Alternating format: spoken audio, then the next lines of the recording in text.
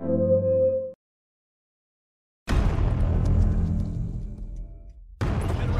I heard about what we were doing, it's like, yeah, we're doing this coast-to-coast race called The Run. I was like, got it. No need to explain anymore. I just get it.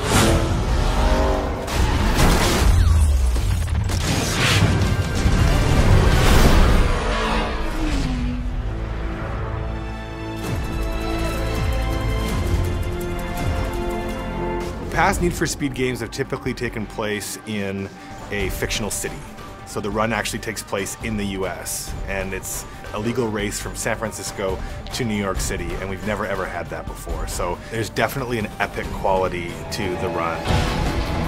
It's not a casual race, like I'll just take it easy. Every second counts. Audio really brings scenes to life. So you can have fantastic visuals, which we do, fantastic art team, but then how do you bring that to life through sound? And so the feeling was really trying to nail the different geography that you're going to be traveling through. So the desert, for example, is going to sound different than the mountains, which is going to sound different than a busy city.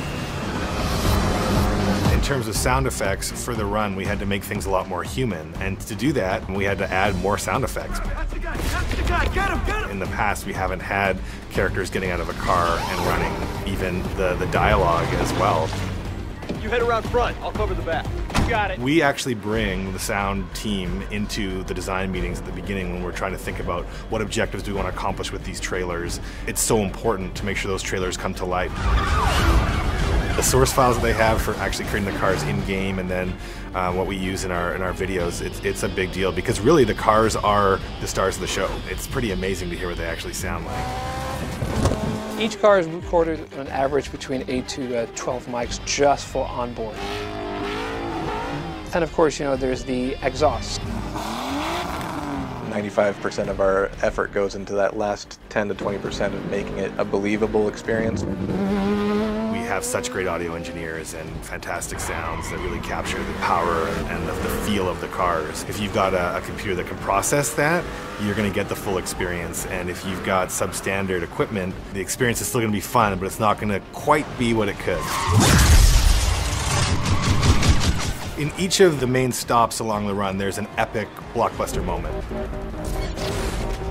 The first big impact moment in Death from Above is you have this intense racing going on through the streets of Chicago, and then out of nowhere, you get T-boned by the mob.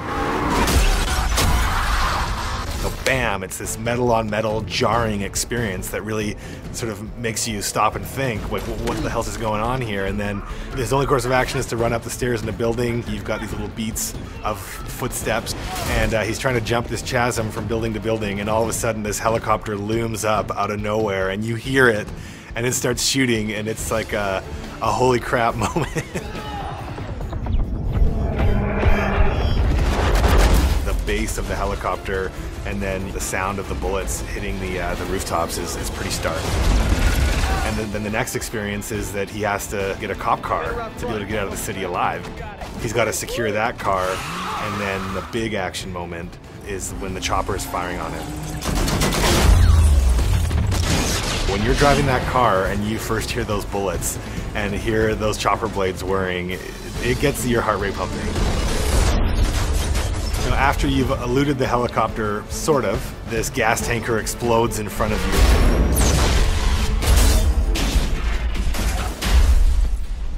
And then it's quiet.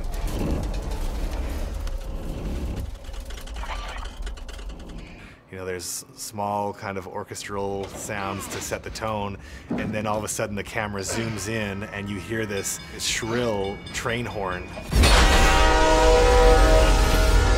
It's amazing to see consumers play that, because at E3 that was the demo, and it's like their eyes were like, oh my gosh, I gotta get out of this car now. You're freaked out, you know, feeling relatively helpless inside that car. If you've got a great system and you've got a great sound system as well, then it just makes your gaming experience that much more enthralling and just rewarding.